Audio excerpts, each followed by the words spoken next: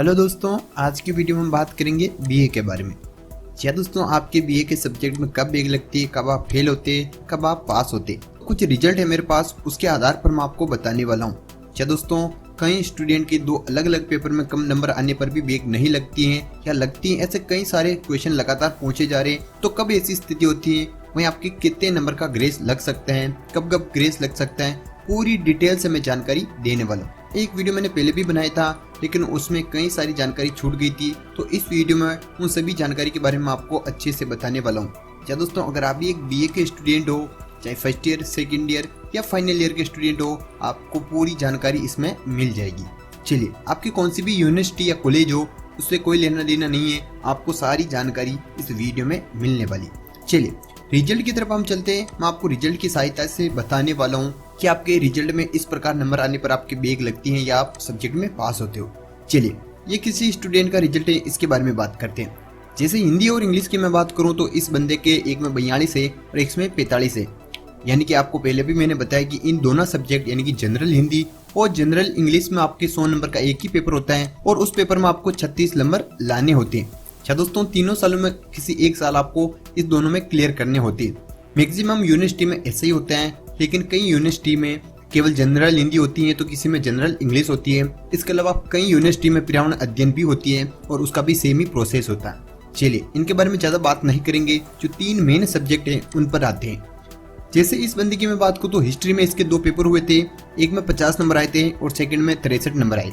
क्या दोस्तों, 100 नंबर के दोनों पेपर हुए थे और दोनों की मैं बात करूँ तो 36 नंबर लाने थे, लेकिन एक में 50 थे और एक में 63 थे। यानी कि आराम से क्लियर है, इसमें कोई भी दिक्कत नहीं होने वाली। चलिए, नीचे मैं बात करूँ सेकंड पेपर की, संस्कृत की, तो संस्कृत में भी पेपर हुए थे 100 के। इसके फर्स्ट में आए थे 28 और सेकंड में आए थे 32। जी हाँ दोस्तों, 36 नंबर लाने थे, लेकिन दोनों पेपर में एक में 28 थे जबकि सेकंड पेपर में 32 नंबर थे। चलिए आगे बात करेंगे कि बैक लगेगी या फेल होगा। चलिए, भूगोल की मैं बात करूँ तो भूगोल में फर्स्ट पेपर में इससे 31 नंबर थे जबकि सेकंड में इसके 28 नंबर थे।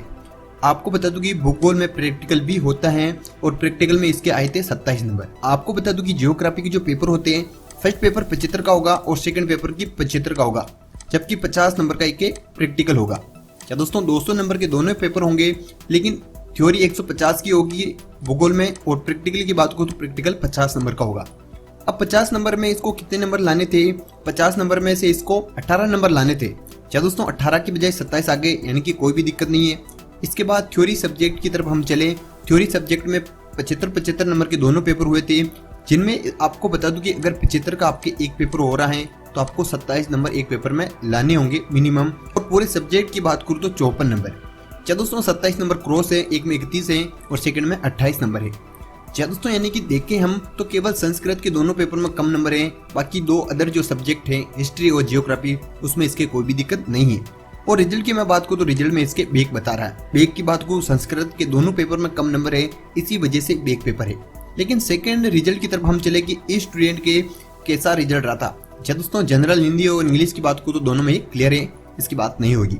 चलिए बात करते हैं हिस्ट्री की। हिस्ट्री के फर्स्ट पेपर में 21 नंबर है जबकि सेकंड में 52 नंबर है। क्या दोस्तों, फर्स्ट पेपर में 36 नंबर होने चाहिए थे, लेकिन 21 नंबर ही हो रहे। क्या दोस्तों, सोशियोलॉजी की मैं बात करूँ तो फर्स्ट में 36 है, सेकंड में 64 है। चलिए, थर्ड की मैं बात करूँ हिंदी साहित्य की, तो फर्स्ट पेपर में 37 है, सेकंड में भी 37 है।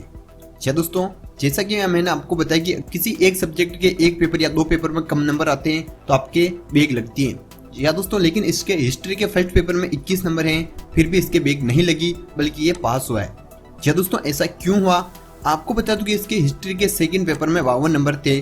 अगर इन दोनों की मैं टोटलिंग करूं तो टोटलिंग हो रही है 73 नंबर। क्या दोस्तों, और दोनों पेपर की टोटलिंग होनी चाहिए 72 नंबर। तो अगर आपके फर्स्ट पेपर में अच्छे खासे नंबर है या सेकंड पेपर में अगर आपके अच्छे नंबर है, अगर उस दोनों पेपर में किसी एक पेपर में आपकी कम नंबर है, यानी कि ज्यादा कम नंबर नहीं होने चाहिए, या तो 20 प्लस या 18 के आसपास होना चाहिए, ऐसे मैक्सिमम यूनिवर्सिटी में होता है, तो आपके बैक नहीं दी जाती बल्कि आपको पास कर दिया जाता है।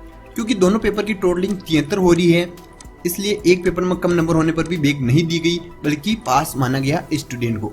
क्या दोस्तों, ऐसा होता है। लेकिन आपके ग्रेस कब लगता है? क्या दोस्तों, ऐसे कई सारे क्वेश्चन लगातार कमेंट में आ रहे थे, तो उसके बारे में अगले रिजल्ट की तरफ हम चलते हैं, उसमें जानते हैं। चलिए, इस बंदे की रिजल्ट की मैं बात करूँ तो हिंदी और इंग्लिश में इसके भी कोई दिक्कत नहीं है। चलिए हिस्ट्री की तरफ हम आते हैं। 15 नंबर फर्स्ट पेपर में, जबकि सेकंड पेपर में 42 नंबर। चलिए इसके अलावा हिंदी साहित्य की बात को तो फर्स्ट में 37 नंबर है और सेकंड में 48 यानी कि 48 नंबर है।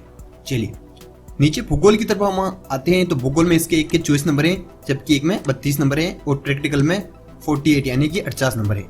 चलिए अगर इसमें हम देखें तो जियोग्राफी के एक पेपर में कम नंबर है और हिस्ट्री के एक पेपर में कम नंबर है, यानी कि सब्जेक्ट दोनों अलग अलग हो गए। इस बंदे की रिजल्ट की बात को तो बेग लग रहा है। अगर आपके अलग अलग सब्जेक्ट के पेपर में कम नंबर है तो आप फेल माने जाओगे, लेकिन यहाँ ऐसा नहीं हो रहा। क्यों नहीं हो रहा? जैसे कि अगर हिस्ट्री के फर्स्ट पेपर की मैं बात करूँ तो 15 नंबर ही हो रहे, जबकि इसको 36 नंबर लाने थे। सेकंड में 42 हो रहे कंप्लीट है, जबकि जियोग्राफी के एक पेपर में इसको 27 नंबर लाने थे, लेकिन 24 नंबर ही हो रहे। क्या दोस्तों यहाँ पर केवल 3 नंबर कम हो रहे हैं। मैं आपको बता दूं कि सब्जेक्ट अलग ले गए, यहाँ पर आपको 3 नंबर का इसके ग्रेस लग जाएगा, जबकि हिस्ट्री के फर्स्ट पेपर में इसके बेग आ जाएगी। जी हाँ दोस्तों, अगर आपके बाकी सब पेपर में अच्छे खासे नंबर हैं और किसी एक सब्जेक्ट के एक पेपर में कम नंबर है तो आपके 5 से 6 नंबर का ग्रेस लगता है।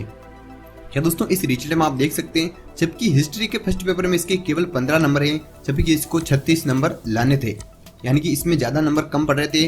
इसकी वजह से इसको इस पेपर में इसे बेग दी गई। जी दोस्तों 24 नंबर थे, 3 नंबर का ग्रेस लग गया, इसलिए ये फेल नहीं हुआ, वरना अलग अलग पेपर की वजह से ये फेल भी हो सकता था अगर यहाँ पर 10 या 8 नंबर 15 नंबर ऐसे होते तो।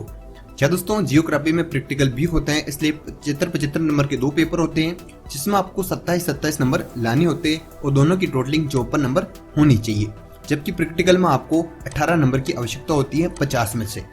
चलिए तीनों रिजल्ट के बारे में मैंने आपको अच्छे से बता दिया। अगर फिर भी आपके कोई भी डाउट अभी तक क्लियर नहीं हुआ तो कमेंट बॉक्स में मुझे जरूर बताइए। क्या दोस्तों आपके किसी रिजल्ट में अगर कम नंबर आ रहे हैं तो मैं कमेंट करके बताइए कि आपके किस सब्जेक्ट किस पेपर में कितने नंबर आ रहे हैं, उसके हिसाब से मैं आपको रिप्लाई दे दूंगा या आपको अलग से वीडियो बनाकर भी जानकारी दे दूंगा। दोस्तों अभी तक आपने चैनल को सब्सक्राइब नहीं कर रखा है तो कर दीजिएगा।